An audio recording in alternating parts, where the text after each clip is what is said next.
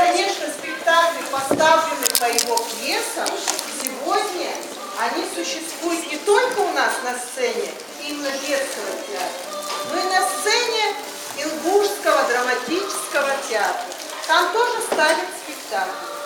Ведь Саид Чавкиев очень много пьес написал для театра Пухов, именно для Ингушского театра.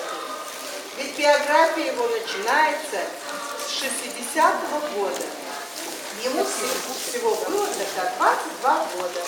Он начал писать детские стихи, писать книги, повести, рассказы и, конечно, выпускать свои книги. И для нас сегодня это очень знаменательно. Ведь в 1998 году театр поставил по этой песне спектакль. Называется он «Ан-Ан-Ан». Ведь в этом году нам тоже этому спектаклю исполняется, сколько получается? 20 лет.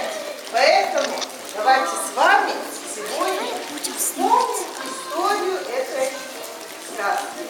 Я надеюсь, что она вам очень понравится. В конце спектакля желающие могут записаться, дать интервью на телевидении.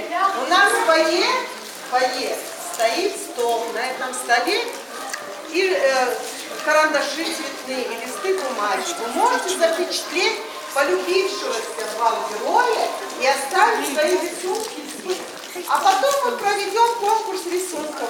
И те рисунки, которые окажутся самыми лучшими, мы будем дарить подарки и сувениры от нашего театра. И, конечно, как всегда, театр проводит свои акции.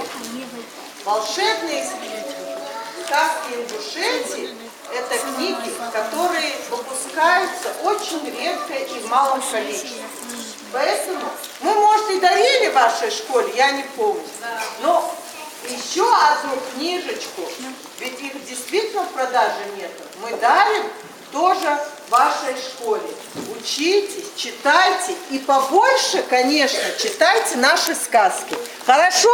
Спасибо большое. Договорились? Это бесценная книга вообще. Да. Будем читать на уроках и передавать другим классам. Спасибо. У нас будет театральная викторина.